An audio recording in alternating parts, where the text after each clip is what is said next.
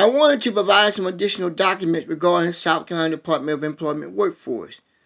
The letter that you have before you is dated March 13, 2013, and this is regarding an event that took place on March 11, 2013.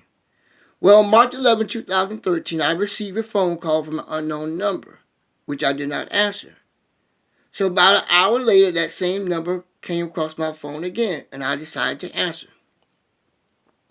It was Carrie Paul, which was the HR director for South Carolina Department of Employment Workforce.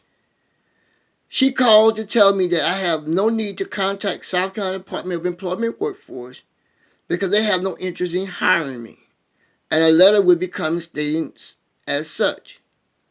There's additional documents regarding that March 11 phone call, just not available in this video.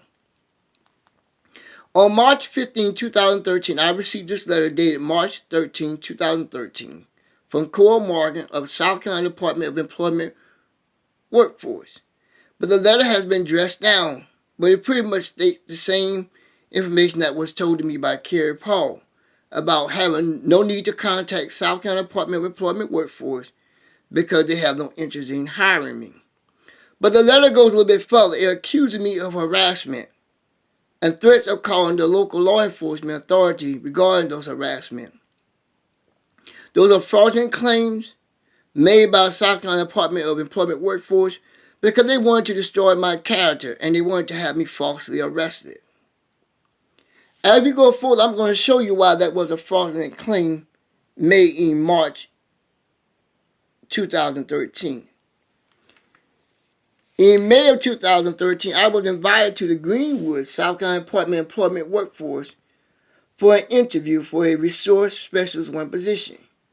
Because of just being told in March not to have any contact with South Carolina Department of Employment Workforce because they have no interest in hiring me and that it would be considered of harassment, I was afraid of being arrested.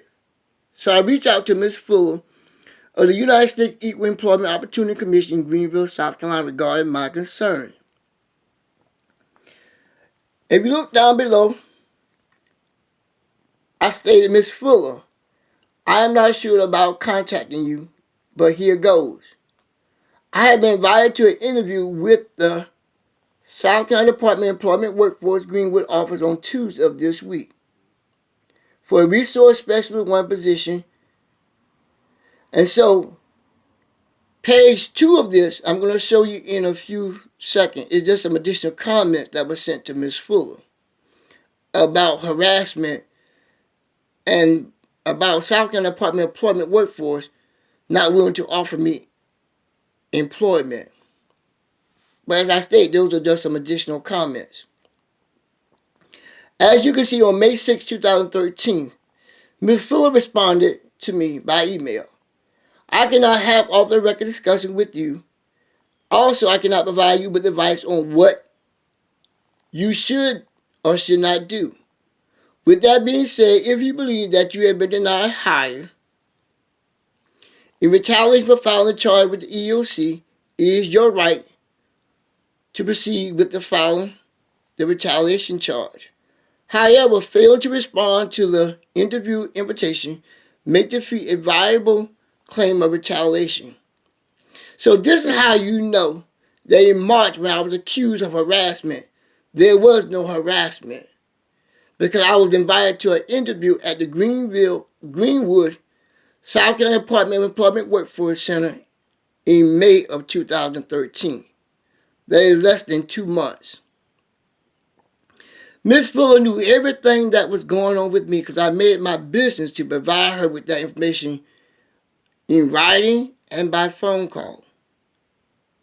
But time and time again, she turned a blind eye to the state of South Carolina and South Carolina Department of Employment Workforce when holding them accountable for civil rights violations.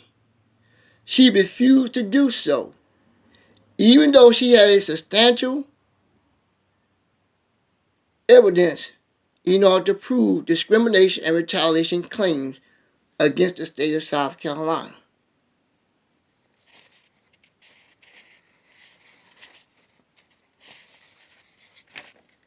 As I stated to you earlier, these are just some additional comments that were sent to Ms. Fuller regarding harassment and South Carolina Department of Employment workforce are willing to offer employment.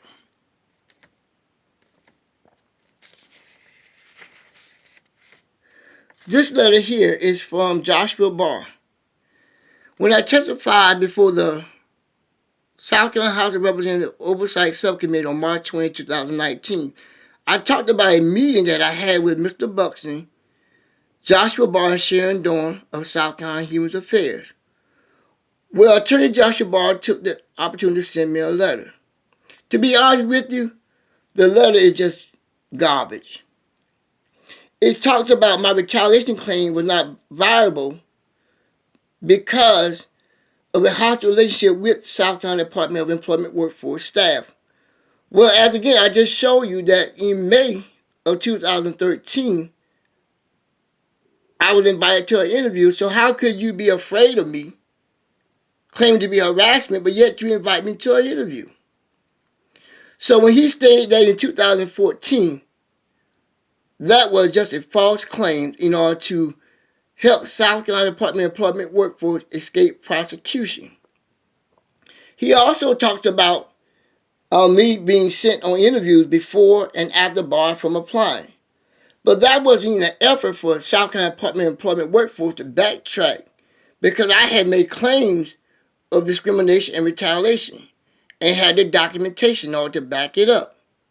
But time and time again, South Carolina Human Affairs and the U.S. EOC of Greenville, South Carolina, refused to hold those who was in violation accountable. This document here is part of the complaint form when you file with EOC. If you look at the bottom, it talks about it is unlawful for an employer to discriminate against present or former employee or job applicant, for an employment agency to discriminate against anyone, as for union to discriminate against its member or membership applicants because they have opposed any practice made unlawful to the statutes